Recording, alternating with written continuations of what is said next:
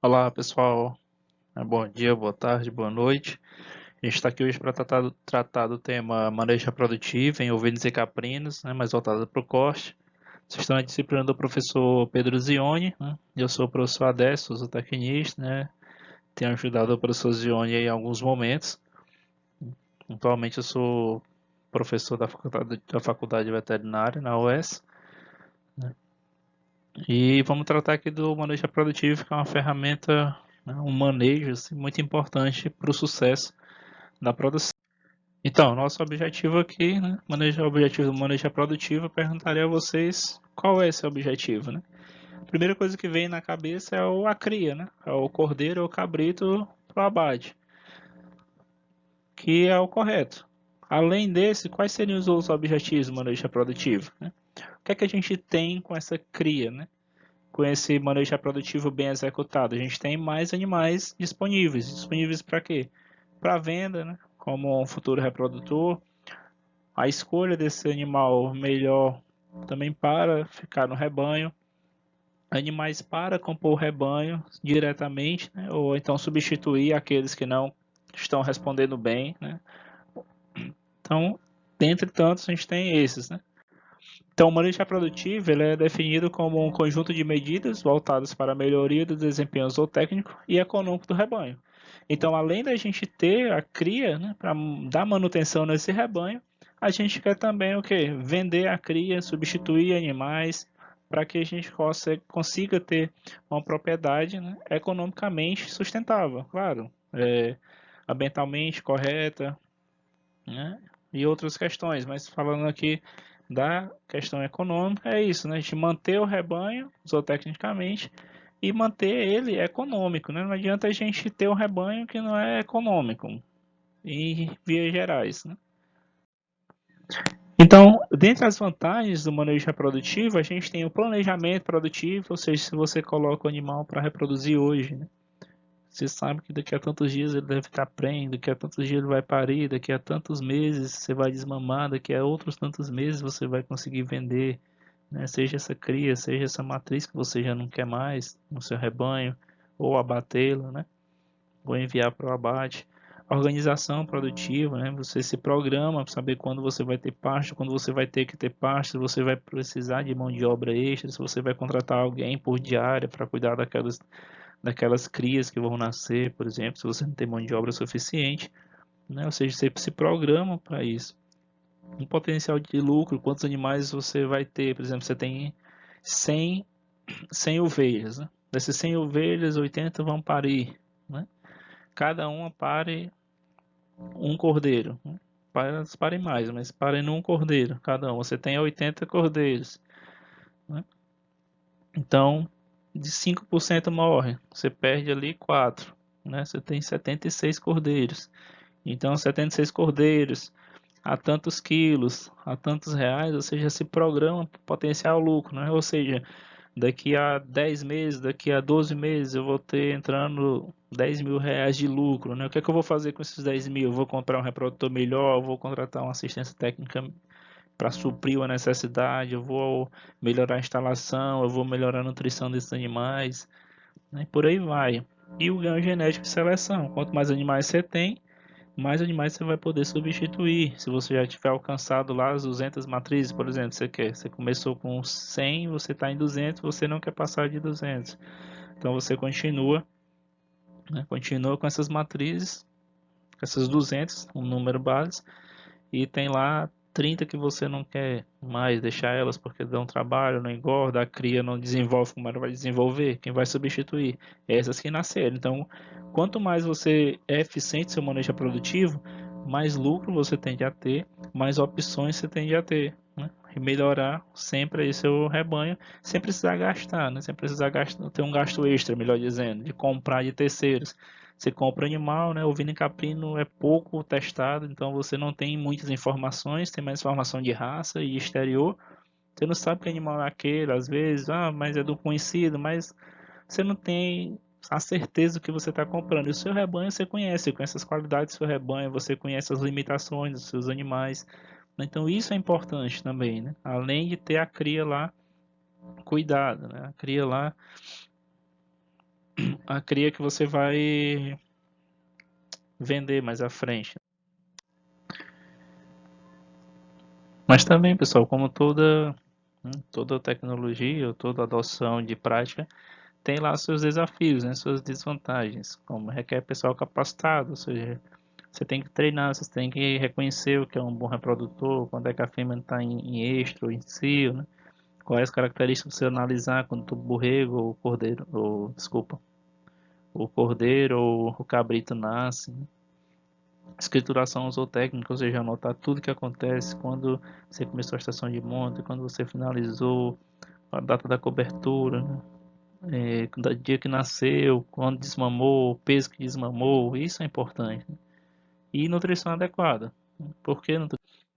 Então aqui a gente tem um costo do testículo, né? Que a gente tem o túbulo seminífero, que a gente tem as células que deram origem ao espermatozoide, né? Se diferenciando. O espermatozoide ele é liberado, né? Ele se apoia aqui na célula de Sertoli, eles são liberados e seguem para o epidídimo, né? Então, o ciclo espermático, ou seja, sua formação nos testículos e sua maturação no epidídimo, dura aí cerca de 60 dias, mais ou menos, né? Em ovinos e caprinos, né? No caso, no bode e no carneiro. Então, tem a relação da testosterona, né, e de outros tantos hormônios, inibina, GNRH, FSH e LH, que é só para a gente lembrar mais para frente, né? Então, uma característica que se avalia no animal é a sua circunferência escrotal, né, ou perímetro escrotal. E por que a gente avalia isso? Porque tem relação com a quantidade de espermatozoides produzidos. Então aqui a gente tem várias circunferências escrotais, né? Onde é que se mede essa circunferência escrotal? Na região medial aqui do testículo, né? Então a gente tem uma fita e a gente dá uma volta em todo o escroto com essa fita e mede, né? Medindo aí bem na base medial aqui, né? Então isso é importante, porque tem estudos que comprovam que quanto maior a circunferência escrotal, mais células de Sertoli tem, e quem que se ancora na célula de Sertoli? As células que vão dar origem ao espermatozoide. Então, se eu tenho um perímetro maior, eu tenho mais células de Sertoli, se eu tenho mais células de Sertoli, eu tenho mais células espermatogênicas, né, que vão dar origem ao espermatozoide. Então, pessoal, outro aspecto importante de observar é a chamada bipartição testicular, ou seja, essa distância aqui entre os testículos, né, dada pela bolsa, pelo saco escrotal. Então, o que é que isso influencia, né? O que é que isso pode beneficiar ou não o animal?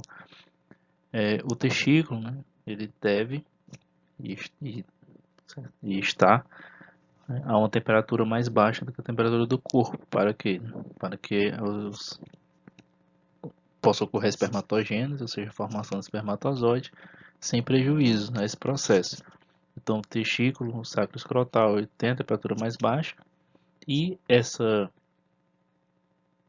bipartição, que aqui a gente tem mais pronunciada, aqui praticamente não existe, aqui muito pouco, aqui um pouco mais do que o anterior. Essa bipartição ela favorece o que? A troca de calor, né, do testículo. Então a gente tem um gradiente de temperatura do testículo, onde na parte de cima superior a temperatura é mais alta, na parte medial ela é menor do que nessa parte superior, e próximo ao epidídimo ela tende a ser, né, ainda menor do que, né, no meio do testículo, na parte medial e na parte superior. Então a gente tem aqui um gradiente, né, um gradiente de temperatura mais altas na parte superior e temperaturas mais baixas na parte inferior. Então, essa troca de calor do testículo com o ambiente, ela é favorecida também por esse processo de essa ocorrência de bipartição testicular. Alguns animais eles podem ser totalmente bipartidos, né? Alguns pouco, Esse aqui é um grau, digamos, leve de bipartição. Então, se eu perguntasse a vocês, né, se essa bipartição testicular ela é algo bom ou ruim, o que vocês responderiam? Né? Por um lado, né, alguns produtores eles acham ruim, né, porque esteticamente não é muito agradável, principalmente quando o animal tem todo o testículo bipartido. Por outro lado, ela é bom, né, por questões que a gente viu, questões fisiológicas. Ou seja, isso aqui favorece o que? A área de troca de calor, favorecendo então o chamado de termorregulação testicular, ou seja, a troca de calor, né, e consequentemente manutenção, né, da temperatura nos parâmetros fisiológicos, no ideal, para que a espermatogênese não sofra prejuízo. Então, o que eu perguntaria a vocês, qual reprodutor vocês escolheriam e por quê, né? Escolheriam e por quê? Então, o que, é que a gente tem aqui, né? Tem dois reprodutores Doppler. A gente pode observar o que é a musculosidade desses animais, o movimento corporal desses animais, animal para corte, né? Bastante pronunciado, né? A largura de peito, o movimento muscular, né? Questão da raça, mesmo características raciais, né? Cabeça preta, né? Orelha pequena, essa parte da morfologia do animal. E duas coisas importantes aqui que a gente vê, né? São o testículo. Isso, testículos, esse aqui mais abaulado, né? Esse do lado esquerdo, um pouco mais em forma de cone. E outra coisa importante no reprodutor é a questão dos aprumos, pessoal, né? Tipo esse aqui parece ter, né, uma largura de tórax, né, de peitoral maior do que esse aqui. Isso é importante, né?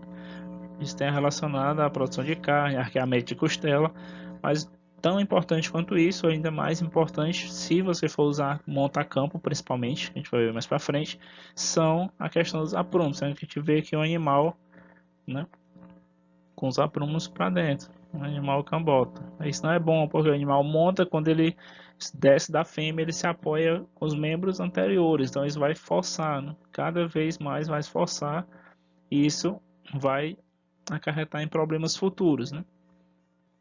Uma das características importantes para ver, né, para escolher o reprodutor. Então, para coletar esse sêmen, a gente tem algumas opções. A gente pode usar a vagina artificial, uma vagina, um cone e um tubo para coleta, ou a eletroejaculação, que aí você dá estímulos via reto no animal. São estímulos, né? A gente não está se vendo aqui, mas são estímulos, nada, não é nada agressivo assim, incomoda, né?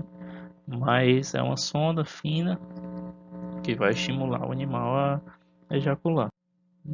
Então a vagina é fácil, de baixo custo, os animais de baixa libido e animais mais ariscos, que não deixam chegar perto, podem não ejacular, né? O animal de baixa libido, ele vai olhar a fêmea, ele não vai fazer todo o comportamento de cópula, né? De chegar na fêmea, cheirar, escoiciar, lamber a fêmea,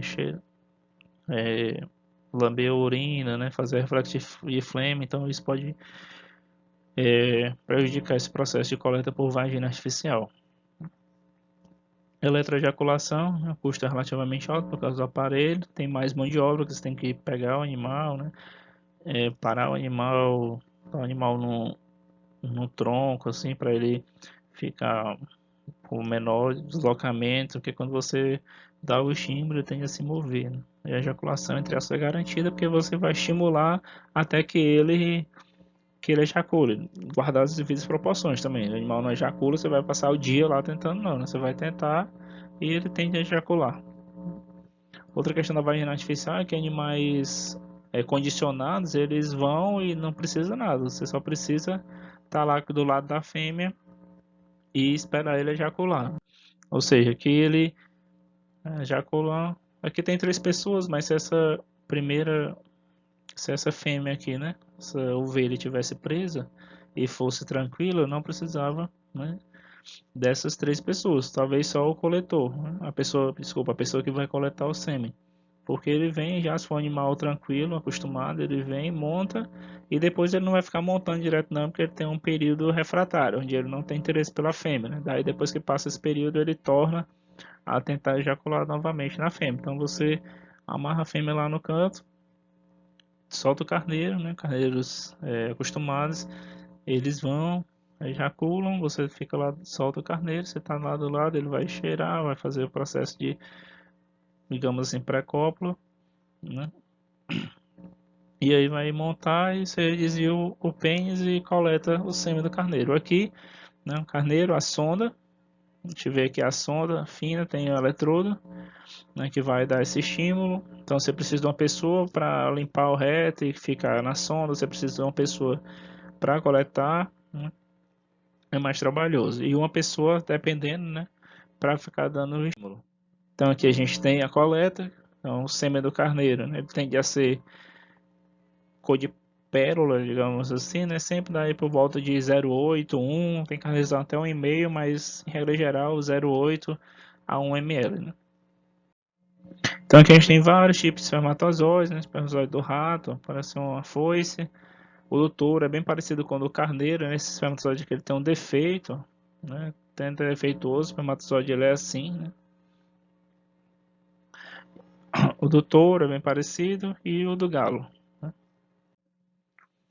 Então, após coletar, a gente avalia, né, volume, motilidade massal, motilidade individual, ou chamado também de vigor, concentração espermática, motilidade, espermatozoides normais, né? Então, o que é essa motilidade massal, né? A gente tem alguns vídeos aqui, tem um manual para vocês darem uma olhada, né, no site, tem todos os links. Disponibilizar a aula também em PDF para vocês acessarem. E o que é essa motilidade massal? Motilidade massal, isso aqui, né? É um movimento de massa, depende de quê? Da quantidade de espermatozoides que você tem e da qualidade deles, ou seja, como eles estão se movendo, né?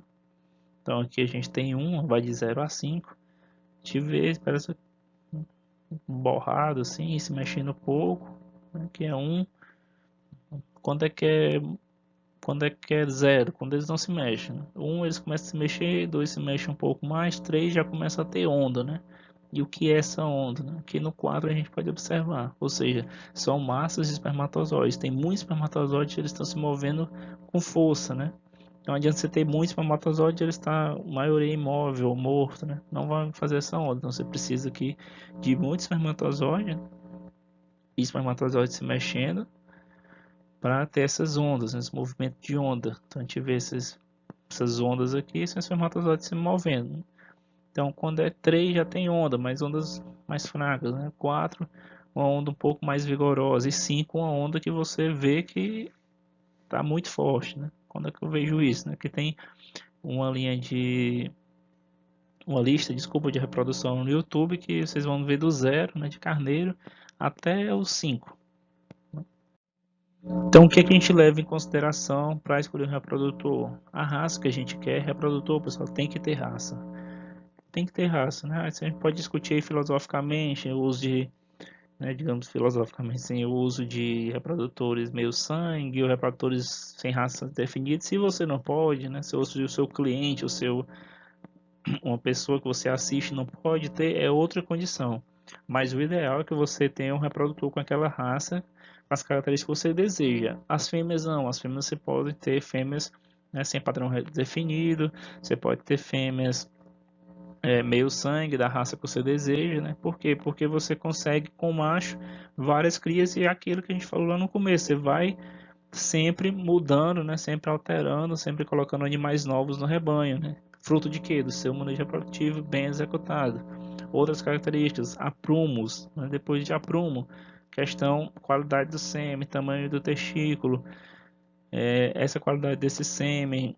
Outra coisa que é difícil você ter, mas às vezes você consegue, como são esses filhos desse reprodutor, ou os filhos do irmão desse reprodutor, quem são os pais, mas não é só de nome não, que ganhou a Expo-S ou que ganhou a qualquer evento aí que você já fez, Hipocrata, por exemplo. Não, é como é a reprodução desses animais, como são as irmãs desse reprodutor, produzem bem, né, ganham peso. Isso é difícil de encontrar em ovino e caprino, né, diferente do bovino. No bovino você quer um touro, você sabe até a predisposição a ter mamite, mastite, teto maior, teto menor, né, teto mais largo. No ovino e no caprino você não consegue isso, mas às vezes você consegue. Por isso a dificuldade, por isso você deve ser eficiente no seu manejo reprodutivo para que você tenha animais seus para renovar esse rebanho, né? Livre de enfermidades, é importante também a idade do animal, né? Todas essas características básicas. E a ovelha, né? O que a gente tem da ovelha para lá, ou da cabra, né? A anatomia, né? A parte mais que chama mais atenção aqui é a cervix, né? O que é que a gente tem na cervix da cabra? A gente tem os anéis concêntricos, né? Ou seja, por aqui a gente consegue passar uma pipeta de inseminação. Na ovelha a gente não tem isso, né? O que é que a gente tem na ovelha? Na ovelha a gente tem as cervix, digamos, desencontradas, não concêntricas, ou seja, você passa aqui, digamos que você passou aqui, você vai esbarrar nesse. Digamos que a entrada é aqui, você passa esse, você vai esbarrar nesse, né? Até fiz um S aqui, mas você passa até um anel, mas você vai esbarrar nesse, você não consegue chegar a outro. Na cabra não, ó. Na cabra você tem um caminho aqui, né? Claro que não é fácil de passar assim, mas você consegue passar sem muito esforço. Você passa e chega até a útero, né? Via o que? Via cervix, ou seja, uma inseminação transcervical, transpondo a cervix, passando a cervix. Na ovelha, você chega no útero às vezes com alguns outros recursos, mas transcervical é difícil, assim, você não consegue não, por causa da anatomia da cervix desses animais, né? Então, a ovelha, a cabra, ela vai desenvolver, ela vai chegar e o cordeiro também, né, o cabrito, vão desenvolver e vão chegar na puberdade, ou seja, o momento de manifestação do primeiro estro, no caso das fêmeas, ele começa a liberar espermatozoides viáveis, no caso do macho, né, mas que eles ainda não estão aptos, né, a reproduzir. Eles são capazes de reproduzir, mas eles não são aptos. Isso está muito relacionado a quê? A idade ao peso, né? Tipo, uma cabra, ela pode entrar em estação de monta por volta de 27, 30 quilos. Né? Aí ela vai ter cerca de 10, 12 meses. E o que é que atua nesse fator? Né? O que é que atua nessa puberdade? Nutrição, animais bem nutridos, chega mais rápido, né? Mas também você não pode exagerar nesse ganho. A raça, né? Tem raças mais precoces, raças mais tardias.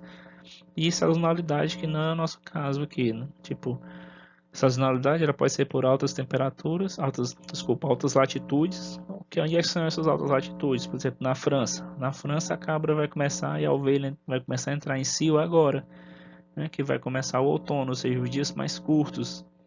Tem primavera, verão, outono, inverno. Então agora, por volta de outubro, mais ou menos, ela vai entrar depois do verão, verão, outono, aí vai começar o verão agora, vai ter o outono, final do verão, com outono até final do outono, a cabra vai e a ovelha vai estar ciclando.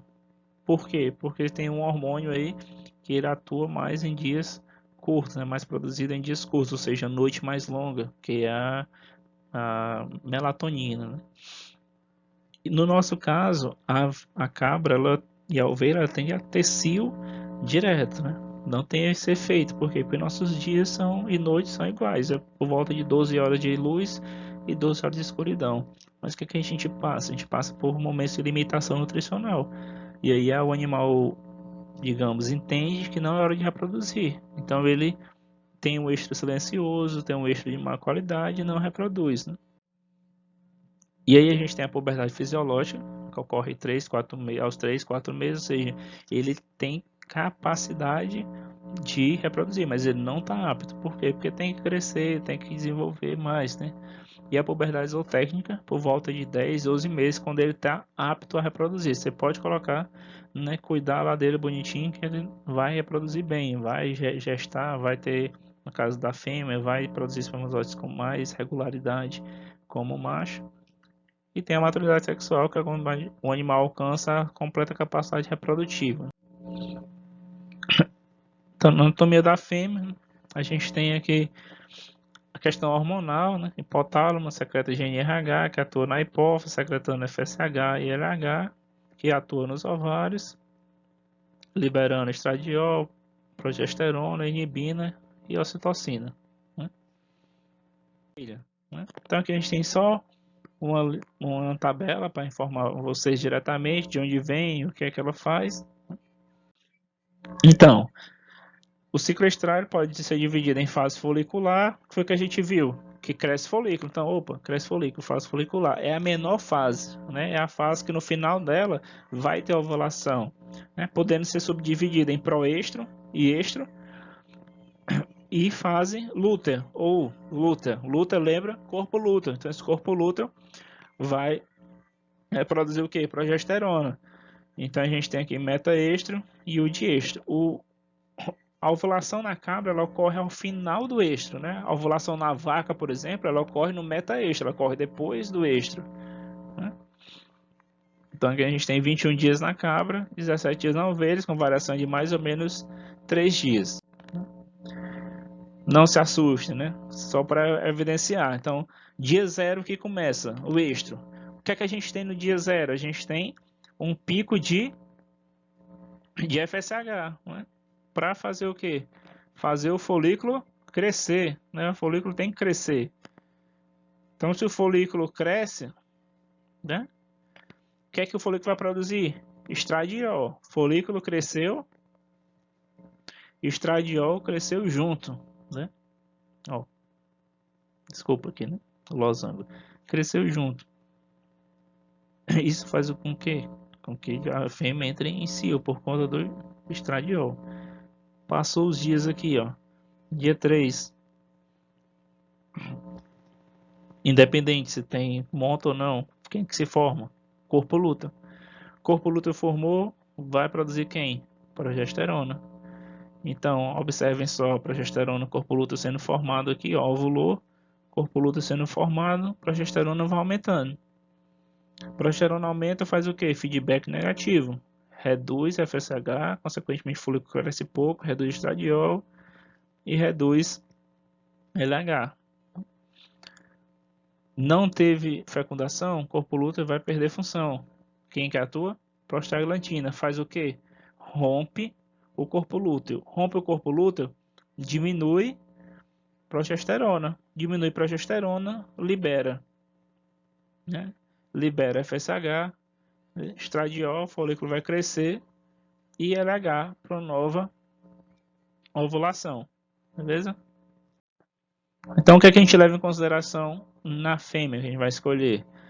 Saúde, né? Questão de sanidade, se tem linfadenite ou não, se tem outras características indesejáveis, aprumos, né?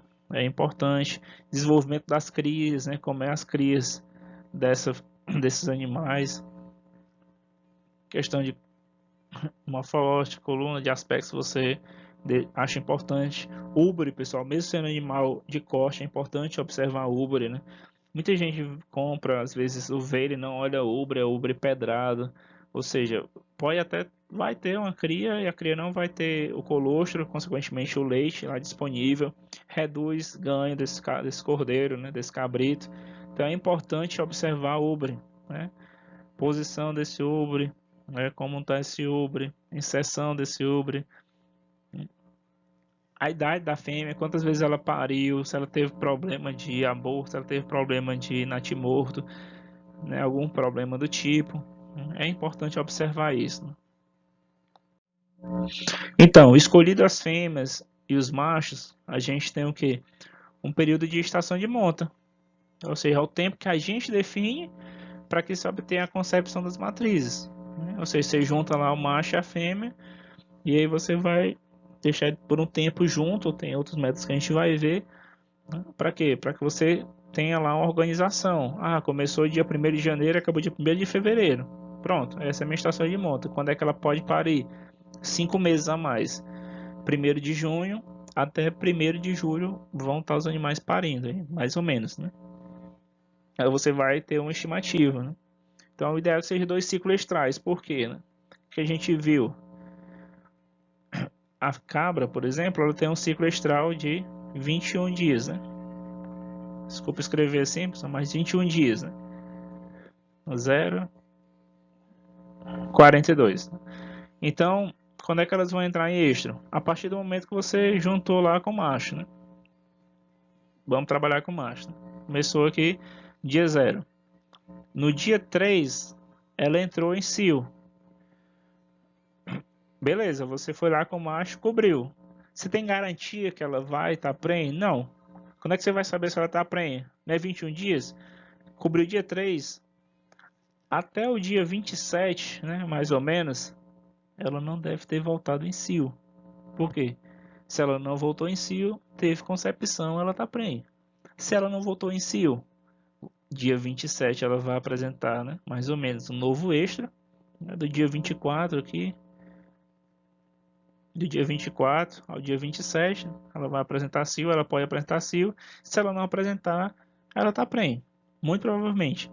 Se ela apresentar um novo cio, um novo estro, você vai lá e cobre. Ou seja, ela teve 2 chances, né, de se tornar prenhe. Você pode fazer de 21 dias? Pode. Você tem que estar muito bem preparado. Você tem que estar muito bem firme que você quem emprenhou, emprenhou. Quem não emprenhou, não emprenhou mais. Se você tiver 100 fêmeas, né, e você emprenha 80 em 21 dias, beleza. Agora, se você tem 100 porque você achou bonito trabalhar menos, você consegue 40, tem alguma coisa errada nisso aí, né? Então, não tem pressa. Se não pegou a mão ainda, se não tem necessidade dessa correria, trabalha com 2 ciclos estrais. 45 dias, né? 42 mais 45 dias para cabras. E aí, por volta de 34, então 2 ciclos estrais da ovelha, 17 dias, 2 vezes 17, 34. Trabalha aqui com 40 dias. Trabalha com 45 dias para os dois. Acha que não vai dar muito certo? Trabalha com 2 meses. Né? Vale a pena. Então a estação de monta é de fácil uso. Né? Você tem lá o cercado, você leva a cabo, você leva o bode, ou você leva o carneiro, identifica se o cobre. Né? Pode ser assim. Concentra os trabalhos. Naquele momento a gente vai observar se a gente vai ver se montou. A gente vai fazer a inseminação artificial, se for o caso. A gente aumenta a produção de crias, né? Porque você trabalha focado ali na alimentação, no cuidado, no manejo, na atenção à fêmea, na atenção ao macho, para gerar as maiores crias, e adequa a produção, ou seja, ou gestação de monta, daqui a 5 meses é parto, daqui a 3 meses é desmame, daqui a de 3 meses mais 4 meses, 5 meses é abate. Então você se organiza aí para todas essas fases. Não necessariamente você tem que ter uma estação de monta, não. Você pode ter 2 estações de monta, 3 estações de monta, 6 estações de monta. O importante é você adequar a sua produção. O que é que eu quero? Eu quero dois lotes de cria para vender, né? Quero vender cria em dezembro, que tem uma busca. Quero vender cria em julho, em junho, por exemplo. Então, você quer cria em junho, né? Vamos de trás para frente. Você quer cria aqui em junho, no mês 6. Né? Quanto tempo você vai abater? Ah, eu vou abater com 7 meses. Pronto. Então ele vai nascer aqui, o parto, né?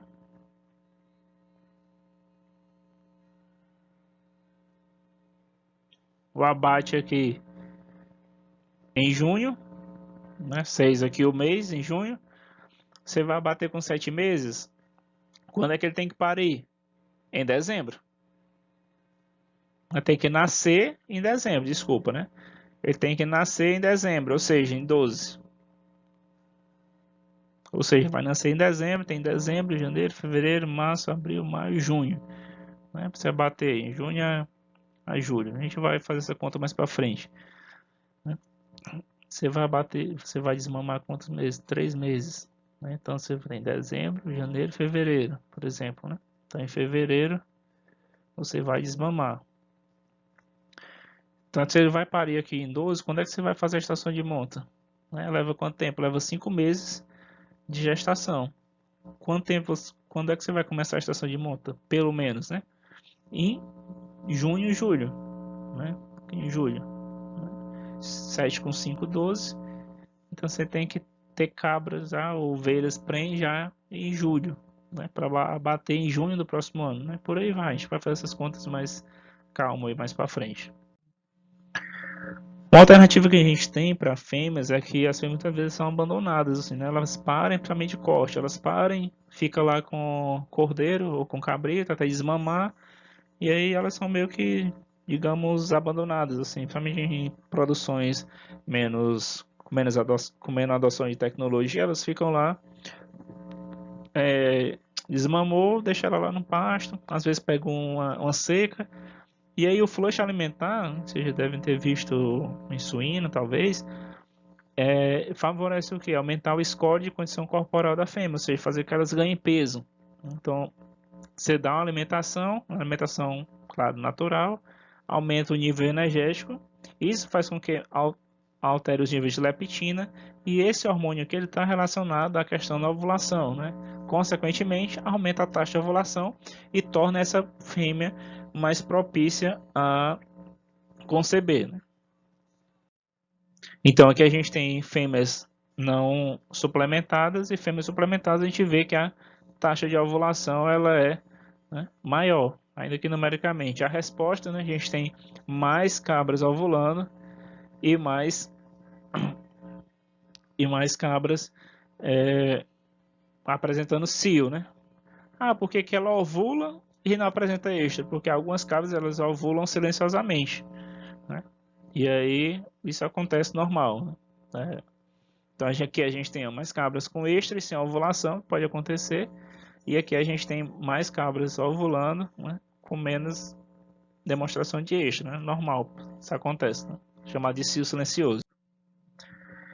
Então, né, a gente viu que a gente escolhe lá bem, né? Tenta escolher bem os machos e as fêmeas que a gente quer para aquela estação de monta. Claro, se a gente tem um rebanho de 50 fêmeas, é todo mundo, né, na mesma hora. Mas se é um rebanho maior, você vai estratificando aí para formar lotes. Então a gente tem lá as fêmeas. A gente pode sincronizar esse eixo, ou seja, fazer com que essas fêmeas entrem em eixo mais rápido e mais facilmente. A gente pode usar hormônios, a gente pode usar métodos naturais. A gente vai destacar aqui a questão do hormônio. A gente tem as esponjas, né? Que a esponja é textura de esponja mesmo, como aquela de cozinha. Ela é impregnada com progesterona, né? Você insere aí na vagina, no canal vaginal da fêmea, né? E deixa por um período. Não é reutilizável, tirou, jogou fora. E a gente tem o SIDA, né? Que SIDA é nome comercial, mas tem outros aí, mas a forma é essa aqui. A gente tá vendo um raio-x, né? Olha, uma visão de cima, né? Então o SIDA ele é de plástico, né? Digamos assim. Ele não adere à mucosa vaginal ou diminui muito o risco, né? Praticamente não adere. A esponja adere? Não, ela pode aderir, mas não obrigatoriamente ela adere, né? Então esse ele entra fechado, tem um aplicador e você aperta e ele abre aqui, fica nessa região da vagina do colo uterino, né? A cervix. E aí ele passa um tempo também. É progesterona natural e é reutilizável. Você tirou, você faz uma sanitização, guarda e pode utilizar novamente, até 3 vezes menos. Então isso diminui o custo dessa sua sincronização. Taxa de retenção,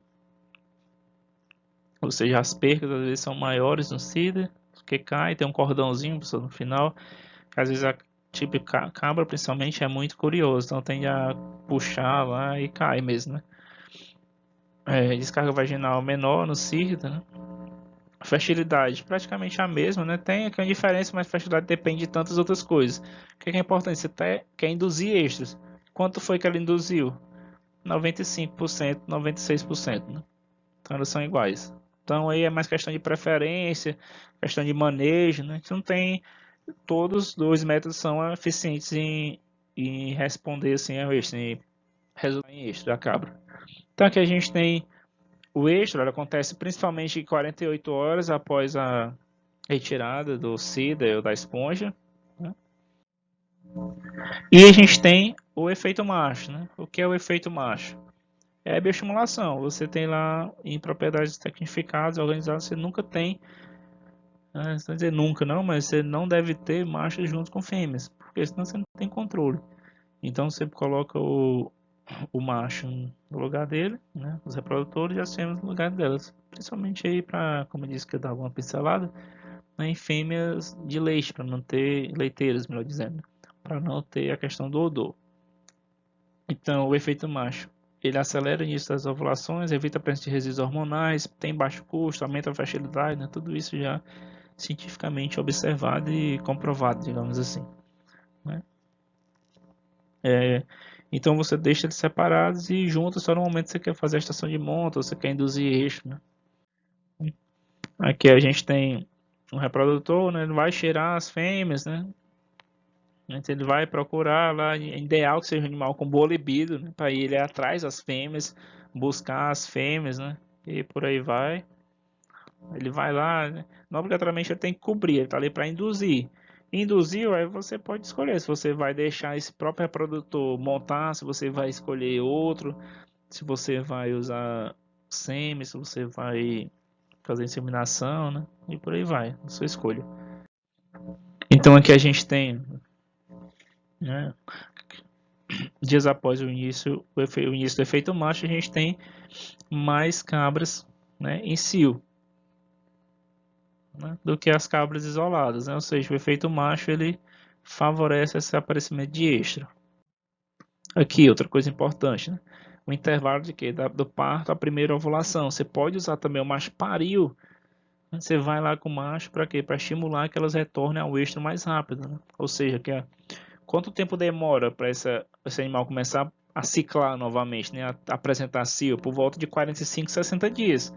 O efeito Marshall, aqui a gente tem em cinza, né? Com carneiros, a gente tem aqui uma grande quantidade de fêmeas com 10, 20 dias, ou seja, ele acelera esse processo de retorno retorno à ciclicidade da fêmea, ou seja, você consegue reduzir o período que essa fêmea está teoricamente inativa, né? E aí você acelera, assim, mais partos você consegue no ano, né? Ah, eu não gosto disso, não deixo natural. Beleza, isso aqui é uma técnica que você pode usar para quê? Para favorecer a produção, né? São técnicas. O que você vai usar fica a critério do técnico, né? Mas quanto mais coisa você conhecer, melhor você vai conseguir se sair nas situações de desafio. Aqui a gente tem só relação com o LH, entrou o macho, né? A gente já observa um aumento aqui no LH, ou seja, ovulação, seja o macho ou o odor do macho, né? O macho, só o odor do macho já é suficiente para levantar esses picos de LH. Progesterona, normal também. E aqui também é importante, ó, que a gente fala lá no segundo slide, terceiro slide, né? O que a gente usa o manejo reprodutivo como uma ferramenta, né? Porque a gente organiza, ou seja, ó, demora quantos dias? 5 meses, vezes 30, né? 150 dias para parir. Olha só a quantidade de fêmeas que parem aqui em um intervalo curto, né? De 20 dias. Quase, né, digamos aí, praticamente 80, 85, até 90% das fêmeas parem aqui em 30 dias. O que é que isso favorece? Homogeneidade, né, do lote. Pariu lá 100 ovelhas pariram, cada um pariu um. Você tem 100 cordeiros com diferença de 30 dias, 20 dias. Isso favorece o quê? A homogeneidade. Eles tendem a ganhar peso seguindo o mesmo padrão, né? Você vai conseguir um lote mais homogêneo. Você não vai ter animais muito pequenos ou muito grandes. Claro, sempre vai ter uma diferença, vai ter um fora da curva, um que não engorda e o que engorda demais, né? Mas quanto menos você tiver essa disparidade, melhor é. Então isso está relacionado também com a questão dos dias aí da estação de parição, né? Então o efeito macho também favorece isso. Se a gente entender o efeito macho como uma estação de monta bem realizada, né, que eles estão separados, você junta o macho e a fêmea, isso já vai dar um impacto positivo no seu rebanho, né? Aqui só evidenciando o mesmo gráfico passado, né, um pouco maior, a maioria das fêmeas que pariram dentro aí de 20 dias, né? Tipo, esse aqui que nasceu aqui no dia 160, no dia 215, que pariu outra ovelha aqui, ele vai ter a diferença de 55 dias, né? Imagina a diferença de ganho de peso, né? Esse aqui, né, vem aqui 3,5, 4 quilos ganhando. E esse aqui, né, depois de 55 dias, que a gente vai ter o 200, essa ovelha aqui parindo, ele vai estar aqui, ó. Imagina juntar esses dois animais no mesmo lote. A dificuldade que a gente vai ter. Esse aqui não vai comer não, né? Claro, eles não vão ser juntos aqui, mas esse não vai comer enquanto esse não comer, se você não tiver atenção para colocar um espaço para ele, né? Por quê? Porque esse animal vai estar maior, que 55 dias depois, ele vai estar com praticamente mais de 10 quilos, certamente, né? Então, esse aqui tem 10 quilos, você juntou aqui, né? Você juntou aqui depois de 30 dias, né? Mais 30 aqui, 85 dias. Esse aqui tem 85 dias, já tem cerca de 17 quilos. Esse aqui tem aí por volta de 6 quilos. Imaginem só juntar esses dois. Ah, mas eu não vou juntar. Tudo bem, a gente não quer juntar animais tão distantes de peso assim, porque a gente sabe que tem complicação. Esse aqui não tende a fazer uma curva tão bonitinha de ganho de peso. Mas pode acontecer. Para evitar acontecer, a gente pode usar técnicas de manejo para evitar isso aqui, né? Espero que eu tenha deixado claro aí, né? Qualquer coisa vocês podem me perguntar. O que é que o efeito macho favorece também? Mais extras em menos tempo. Aqui, ó, em 8 dias a gente tem praticamente 80% das cabras apresentando extra. Obrigatoriamente elas vão se tornar prenhes? Não obrigatoriamente, mas elas podem, né, apresentar extra. Desculpa, elas podem se tornar prenhes, aí com 80%, né?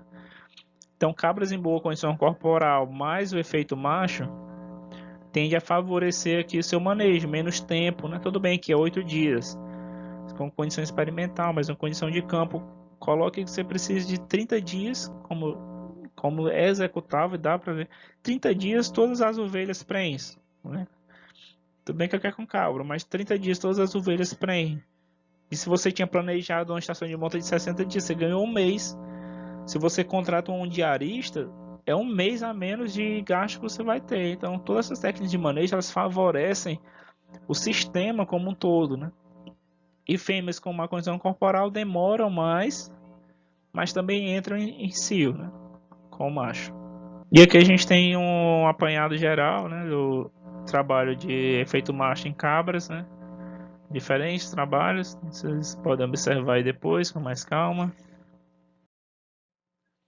E a gente tem o efeito macho interespécie, que é o que? Você usar o carneiro, por exemplo, no lugar do bode. Por quê? Porque o bode ele tem um odor muito forte, que é mais indicado para questão de leite, né? Produção de leite, você usa o carneiro, porque você deixa o carneiro tem um odor um pouco menos intenso, consequentemente deixa menos odor nas baias, nas cabras, né? Consequentemente evita esse odor do macho no leite, né?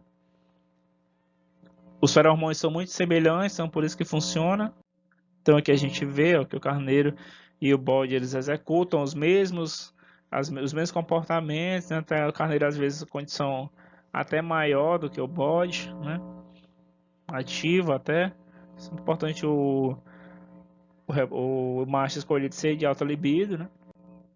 Então o efeito macho ele depende do anestro, ou seja, o quanto a fêmea não apresenta cio, tá lá sem apresentar cíclica, nutrição, duração do estímulo, ou seja, o tempo que você passa ali com o reprodutor, que você deixa o reprodutor interagir, né, com as fêmeas, com as matrizes, período de separação prévio, né, ideal, é recomendável que você separe, você chegou na propriedade que é tudo junto, você quer, a pessoa quer organizar, separa, né, e mais importante que separar, digamos, de distância é o vento, né, então você tem aqui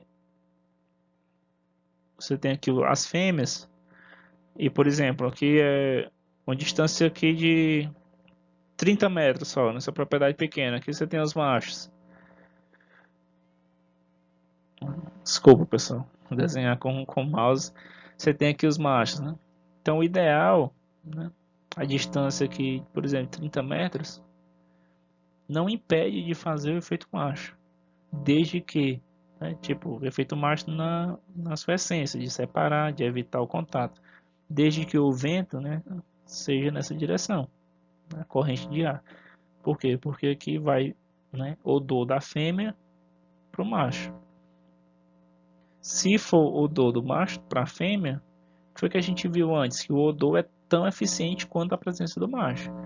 Então essa separação ela não é total, né? Os trabalhos antigos de efeito macho separavam esses machos das fêmeas de fazendas de quilômetros, né? 10 quilômetros, 6 quilômetros, né? Mas o mais importante é essa questão do vento, né? Você pode ter uma propriedade pequena, organiza lá, vê a direção do vento, deixa os machos, né? Depois as fêmeas em relação à corrente de ar, né? Tá aqui VV de velocidade do vento, mas corrente de ar, né? Primeiro passa nas fêmeas, depois passa nos machos. Se for ao contrário, o odor dos machos vai ser percebido pelas fêmeas, você não tem uma separação total, né? Outra técnica de manejo que você pode usar é identificar o estro por meio de rufião, né? Ou seja, um macho vasectomizado, né? Você pinta aqui o peitoral, o peito do carneiro, do bode, né? Ou tem outras ferramentas também, com uma espécie de colete que você tem todo um desenho, assim, uma forma para você amarrar no animal, né, anatômico, e aí ele monta na fêmea, né, e vai manchando, né, ou seja, ele tende a montar em quem está em êxito, né, a fêmea em si, em êxito, ela para, ela espera que o macho monte, né. Então aqui a gente tem uma fêmea marcada, então essa fêmea ela apresentou êxito, né, o cio. Você pode colocar isso no reprodutor para quê? Para ter controle de quem ele montou, né? E no final do dia você separa essas fêmeas, se você tiver um local, né? E vai reduzindo sempre esse lote. Para quê? Para favorecer essas fêmeas que ainda não entraram, né? Essa interação social entre eles, isso favorece também, né? Porque às vezes tem fêmeas dominantes que não permitem que fêmeas subordinadas encostem no bode ou no carneiro se elas estão em cio, né? Então fica lá a fêmea subordinada em cio, procurando o bode ou procurando o carneiro, e a fêmea dominante fica rodeando o carneiro para que ela não interaja né, com o bode, que a subordinada não interage. Ela não interage, ela se frustra, pode se frustrar e perder esse êxito, né? Pode perder, vai entrar em êxito depois, mas esse que ela já poderia ter, ter passado por um processo de monta e já poderia estar fecundada. Né? Tem que ter atenção a isso também. Outra questão é você você usou lá o rufião, né? Você não usou o macho, você usou o rufião mesmo, o que, é que você faz? Você pega essa fêmea e leva ela para o reprodutor.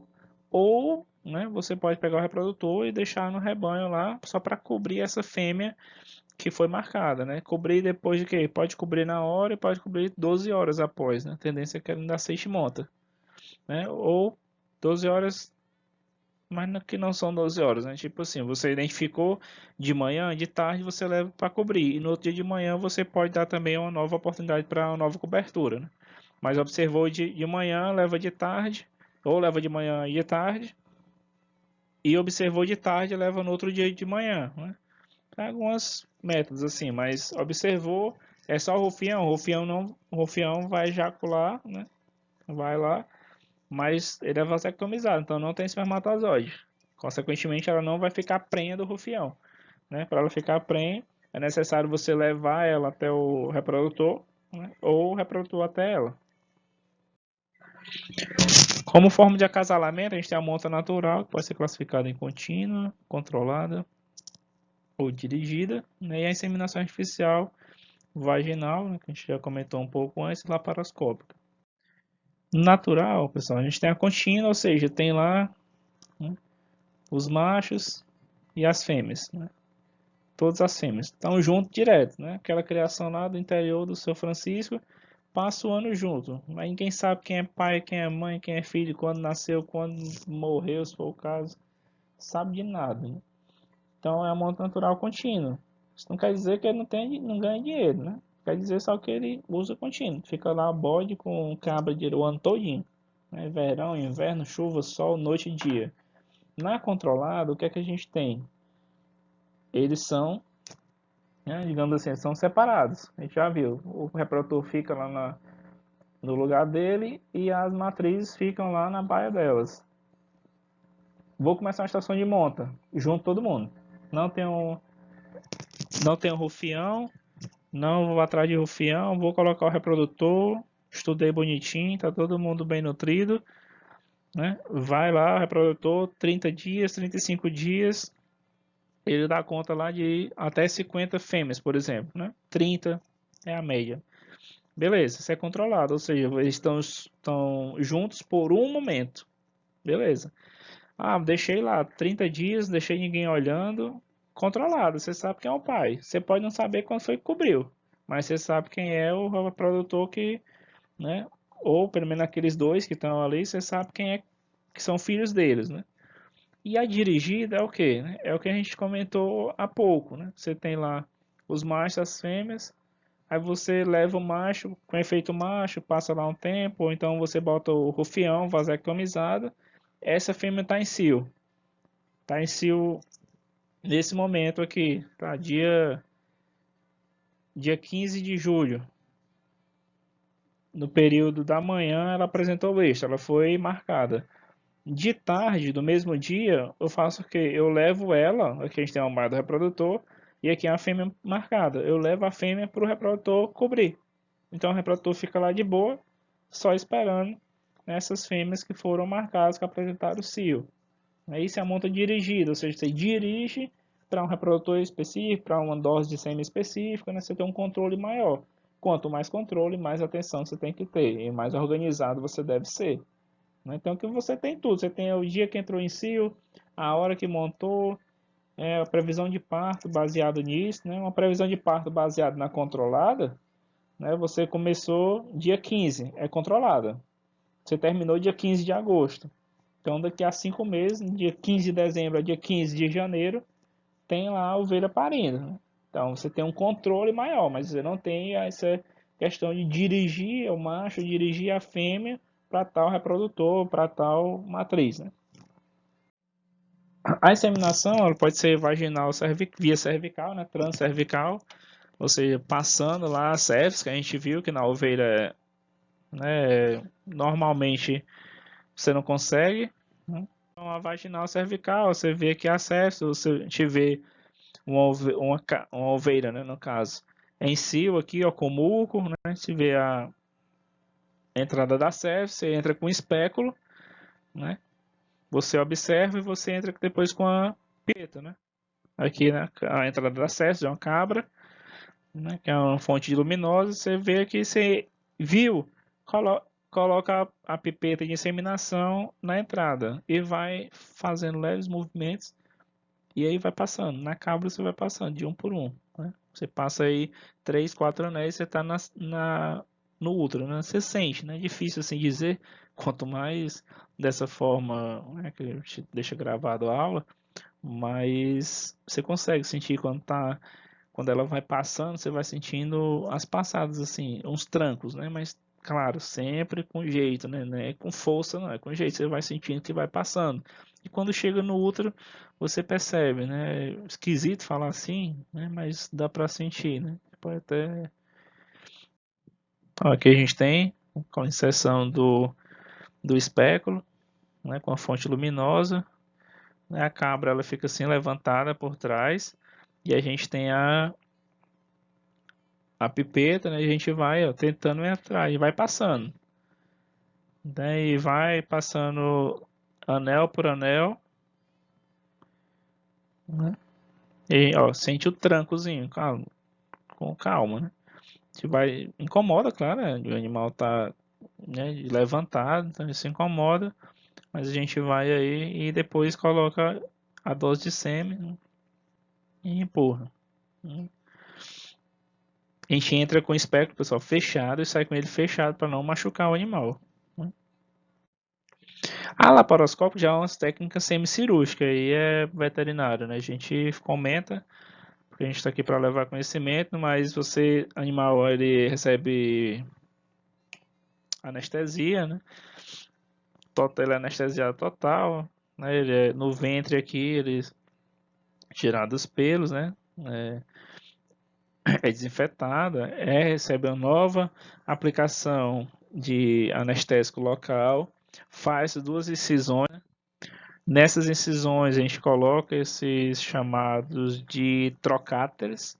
Nesses trocáteres, um é para você observar, né? Você passa aqui o laparoscópio, você observa, e o outro você vê aqui, né? Você vai com a dose de sêmen. Isso aqui, pessoal, em vermelho, é porque no final desse laparoscópio a gente tem uma fonte luminosa muito nítida. Isso que é caro também, né? Além de tudo, muito nítida. Então isso favorece o que? A visualização. Você vê perfeitamente o ovário, você vê toda as partes do útero, e você coloca, né, a dose de sêmen lá no útero já, né? Então a dose de sêmen é menor e é mais indicada para animais assim de genética, né, de leilão, que você vai vender, você quer aproveitar, quer coletar embrião, né, em ovelha. Então a gente vê aqui na ovelha, né, toda preparada. E aqui a aplicação, né? Como é que a gente escolhe um sêmen, né, para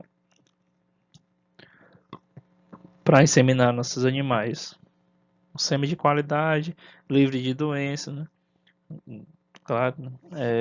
Que o animal seja conhecido a partir das crias que ele já teve, né? Tudo claro, né? O animal, o macho não pare, mas você vê reflexo da genética dele nas suas crias, né? É, por aí vai. O problema maior, pessoal, da inseminação em caprinos é o que, né? É isso aqui. Como assim, né? Os bovinos. Olha só o que a gente tem em bovino. A gente tem a foto, muitas vezes, das filhas, né? Às vezes do touro, mas às vezes das filhas, da mãe. E a gente, das filhas, da mãe do touro, né? E por aí vai. Mas o que a gente tem? Produção, a gente tem tamanho de teto, largura de teto, altura do útero, ligamento, de qualidade do ligamento, contagem de células somáticas, qualidade do leite, taxa de retorno ao cio e tantas outras observações e avaliações. Nos bodes, pessoal, nos caprinos, nos ovinos, a gente tem só dados de que? Morfologia e premiações, e quem é vô, pai, avós e mãe, né? Então isso complica muito, né? Poucas empresas oferecem sêmen de carneiros e bodes por conta disso também, falta dados, né? Informações. Então, olha só, o que a gente tem desse touro, né? O que a gente tem? Produção de leite, quantidade de gordura. Nesse caso, aumenta o percentual de gordura, quantidade de proteína, reduz pouco, mas reduz a proteína. Quantos, 307 filhas, 277 rebanhos, 91% de fertilidade, né? Esses rebanhos, uma vida produtiva de 3,1, contagem de células somáticas, taxa de prenhez das filhas é um pouco menor, mas aí tem as questões, né, que está aqui para avaliar, só para mostrar. Facilidade de parto, 7,1%, facilidade de parto das suas filhas, mortalidade das crias, natimorto, né? PTA para conformação, comprimento de ubre, composto leiteiro, né? Composto de corpo, profundidade de ubre, ligamento, inserção e tanta estatura, ângulo do casco, pessoal, né, que é importante para a vaca, né, no andamento da vaca, na andadura da vaca, mas olha só o número de análise de parâmetros que a gente tem do touro. Olhemos agora o do bode, né? Bicampeão da FEINCO. A FEINCO é uma das maiores feiras, é a maior feira de ovinos e caprinos do Brasil, né? Filho da Xuxa, da Caprivama, é um criatório bem conhecido, né, com produções superiores a 9 litros por dia, né, picos de produção de 9 litros. Isso aqui, pessoal, naturalmente mocho, né, que transmite aos mochos maior fertilidade. Isso aqui não tem comprovação direta, né? Na seminário, a produção de leite, heterose chifruda e mocho, isso aí não é adequado, né? E aqui é o pulo do gato, né? Não recomendado o acasalamento das cabras em cabras mochas. Por quê? Mocho com mocho, pessoal, em caprinos tem relação direta e uma alta probabilidade desse animal ser hermafrodita, né? Então, mocho, você tem um bode mocho, você cruza ele com fêmeas que possuam chifres, né? Ainda que geneticamente possuam chifres, né? Elas podem ser mochas artificialmente, né? Para seu processo de mochamento, né? Mas você relaciona, né? Não coloca mocho com mocho, porque a probabilidade dessa cria ser hermafrodita é bastante alta, né? Então, o que é que a gente tem aqui, pessoal, de interesse? Ele é um bode campeão. Mas isso não quer dizer nada em termos produtivos, em termos morfológicos, em termos da raça, tudo bem. E aqui fala, né, da lactação de suas filhas. É alguma coisa, pessoal, mas olha só o que a gente tem, produção. E olhe lá, né, produção muito mal expressa, né? Mas tem, mas ainda assim é pouco. Então isso complica muito essa escolha de sêmen, trabalhar com inseminação artificial em ovino e caprino, com animais assim para você comprar um sêmen. Tipo, eu quero. Você tem um rebanho lá de leiteiro, de vaca leiteira, você viu um touro, um canadense que você acha que vai dar característica boa para o seu rebanho, vai melhorar o tamanho do teto. Você vai lá e você tem a certeza que por avaliação a tendência é que melhore, né, para o que você quer, o tamanho do teto das suas vacas. Aí você olha para esse bode e você diz, eu quero mais leite nas minhas cabras, né, ou mais desenvolvimento, um maior ganho de peso para os meus cordeiros, no caso de um carneiro. Né, você olha e não vê nada, só vê mãe, pai, filha, sem curva de crescimento, sem ganho, sem idade a um abate médio, por exemplo, né? Conformação, profundidade de corpo, de costela, a largura de peito, né? Então a gente não tem muita coisa assim. Por isso que inseminação em ovino e caprino é mais com os animais seus para facilitar o manejo, né? Diferente na França, a gente tem vários dados, né? Poucos, talvez, mas suficientes para um produtor saber o que é que ele está comprando ali, né? O que é que aquilo tem a melhorar. Que é um catálogo, vocês podem baixar e observar, né, as características. A solução para inseminação artificial de caprinos, né, qual seria? A Embrapa ela desenvolve um projeto, né, de programa de melhoramento de genética de caprinos leiteiros, que ela já vai na sua segunda avaliação genética desses animais. Né, vocês podem estar acessando esse link e tendo acesso a esse material. Então, a partir dessas análises, a gente pode conseguir ter os dados de progenie dos animais e dessa forma classificar esses reprodutores, melhorando assim esse potencial de escolha do animal, sabendo o que você está escolhendo e o que esperar. Dessa forma, esse sumário ele pode ser, né, e deve ser algo a ser comemorado, principalmente para quem busca aí, melhorar a qualidade genética do rebanho, adquirindo doses de sêmen e promovendo assim inseminação artificial dentro do próprio rebanho. Então a gente tem o Capragen, pode entrar lá, né, no site da Embrapa, bem legal, um programa bastante com a cerne assim, bastante proveitosa para os produtores, para os pesquisadores, né, para os entusiastas da ovino caprino. Né, e a gente tem o dos ovinos de corte, né, que é o Genecoc, muito interessante também, bastante ferramentas, bem legal. E alguns links aí para vocês acessarem, né, e outros links aí, né, mais links para vocês acessarem. A gestação ela dura 150 dias, tanto faz para ovelhas e para cabras. Né? O diagnóstico de gestação pode ser por palpação abdominal, mas você tem que ter um pouco de cuidado para não machucar o feto, ou por ultrassom. Né? Ultrassom para você ver a imagem e também por um efeito Doppler. Tem uma sonda que você É barato, é R$ 1.500, né? Em comparação a ultrassom, era muito barato. Então, se você pretende sim ter uma maior eficiência, não perder tempo com fêmeas que não estão prens, acelerar o processo, por exemplo, de nova estação de monta, aí você pode, é um investimento que vale a pena. Então, ele é uma sonda com efeito Doppler. Se a fêmea está prenhe, né, esse efeito ele torna um som contínuo, né, um pi contínuo. Se ela não está prenhe, ele não identifica e fica apitando em intervalos. Né? Se ela está prenhe, apita lá, né, tem um som contínuo. Tem esses links para vocês observarem. Tem esse aparelho lá. Ultrassom visual é mais fácil da gente lembrar.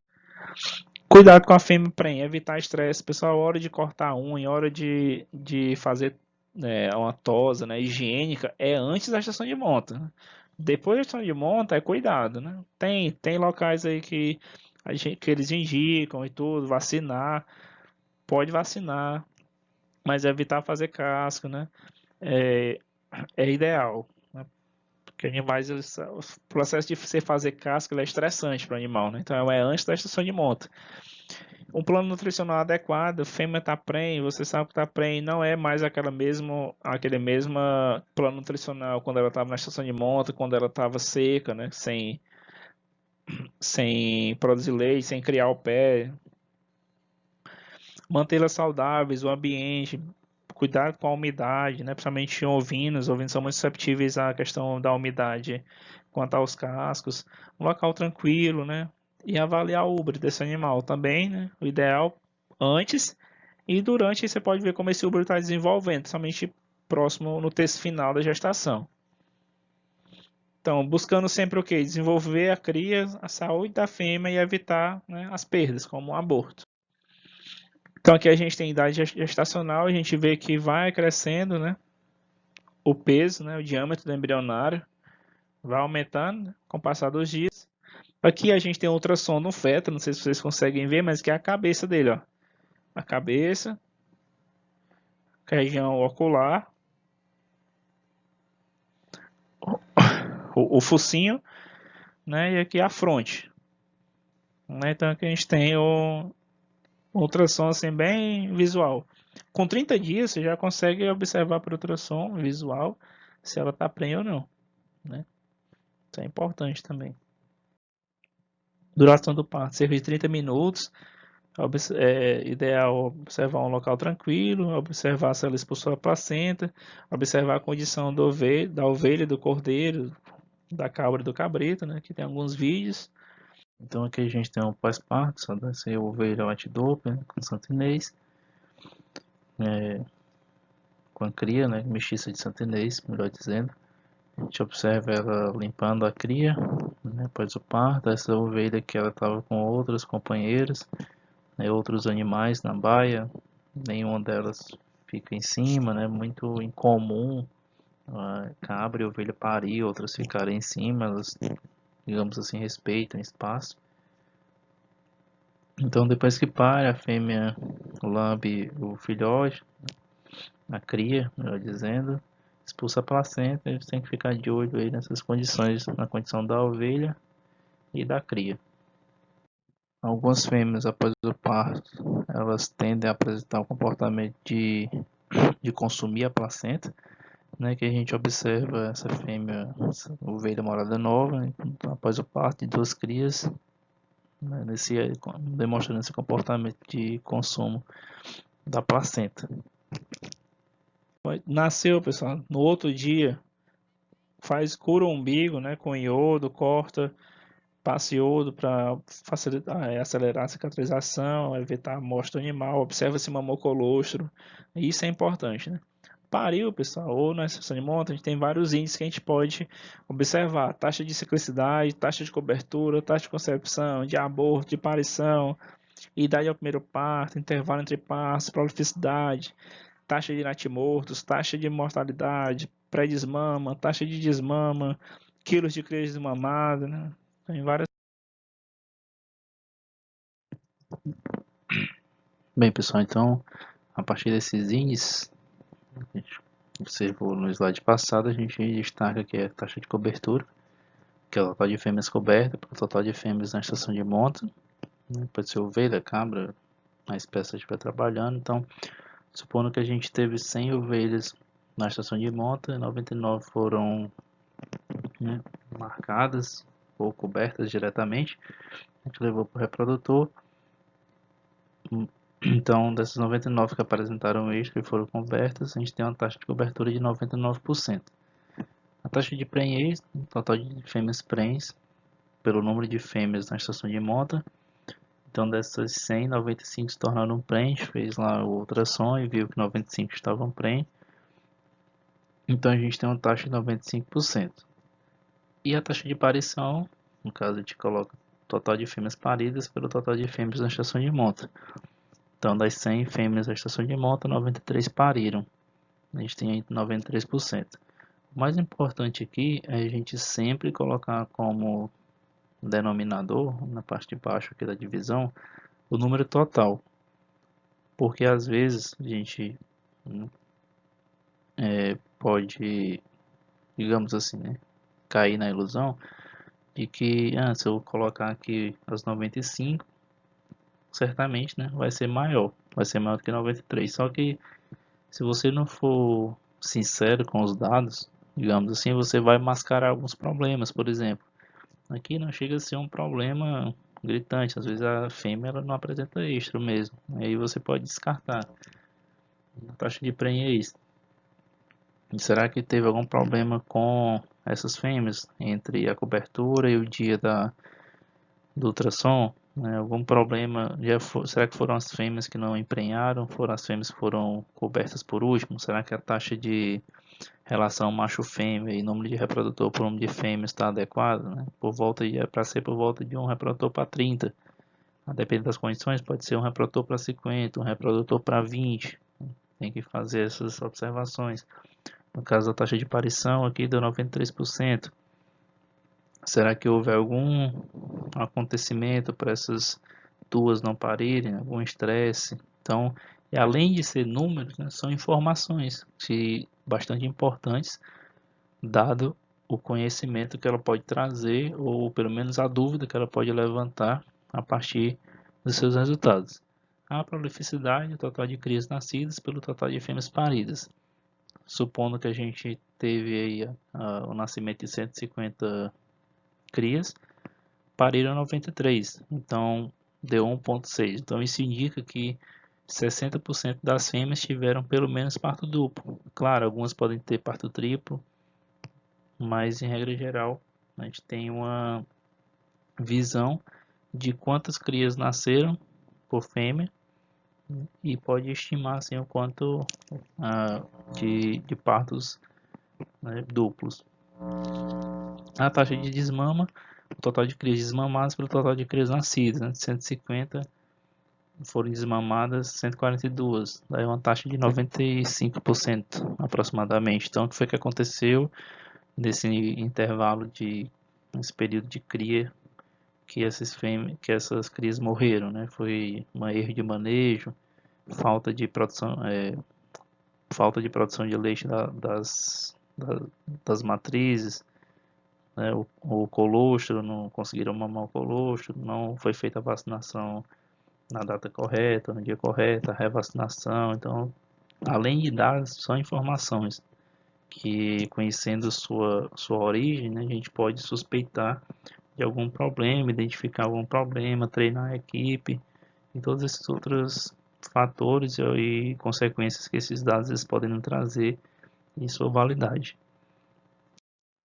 Então, um exemplo aqui para a gente não se alongar muito, mas um exemplo que eu considero interessante, que no caso nós temos um objetivo, né, de ter 30 borregos terminados a cada 2 meses.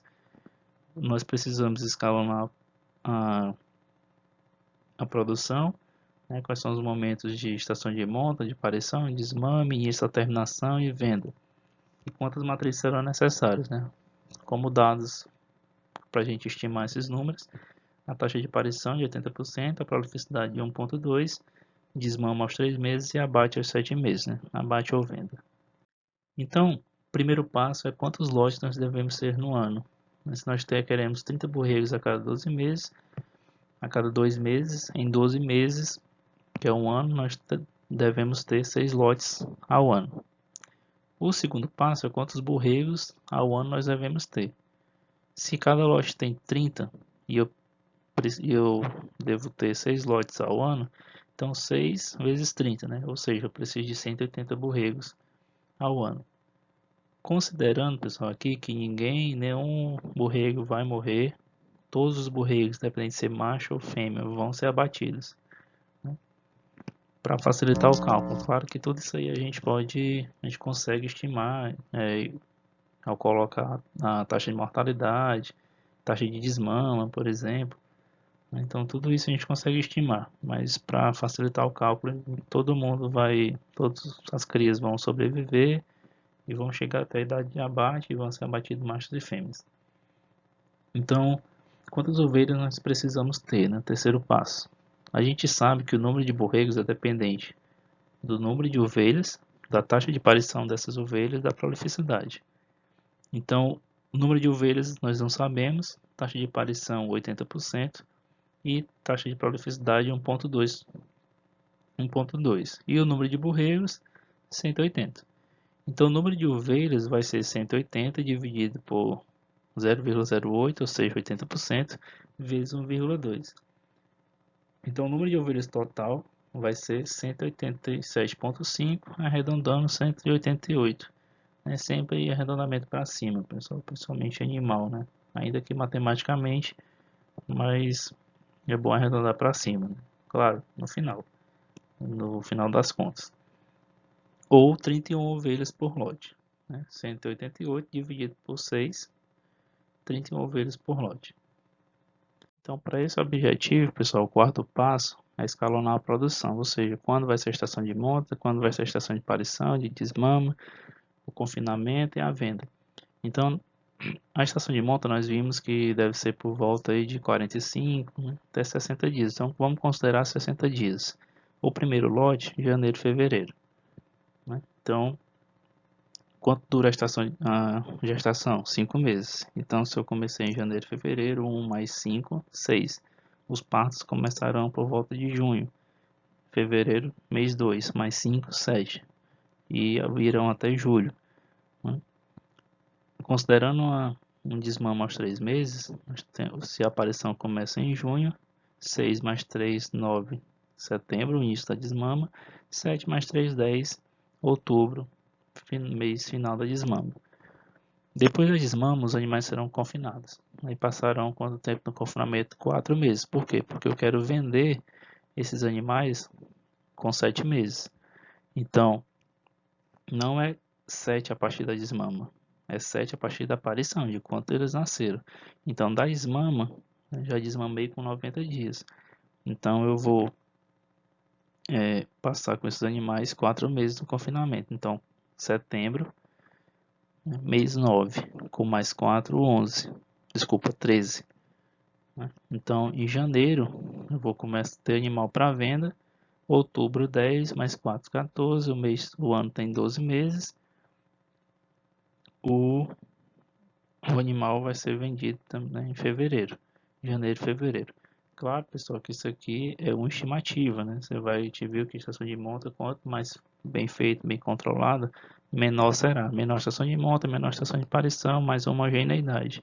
É mais para a gente ter uma previsão de quando os eventos vão começar. Além disso, você não vai desmamar animal no dia 1º de setembro e o último animal no dia 31 de outubro. Né? Você vai ter um momento ali entre esses meses, né, dado o seu planejamento, que você vai fazer a desmama, que você vai fazer a venda, né, mais uma organização geral do que algo fixo, né? Então, para você ter uma ideia, e nesses meses você vai saber, aqui em janeiro eu tenho um animal nascendo, e em junho eu tenho animal, desculpa, em janeiro eu tenho estação de monta, em junho eu tenho animal nascendo, em setembro eu tenho animal para ser desmamado, eu já posso vender em janeiro. Quantos animais eu vou vender, a quanto eu vou vender, como eu vou vender, né? Quanto de alimento eu vou precisar nesse confinamento. Então, tudo isso, esse planejamento ajuda nisso, né? Então, tem aí os 6 lotes. Então, se o primeiro é janeiro, fevereiro, o segundo março-abril, e aí vocês vão completando, né?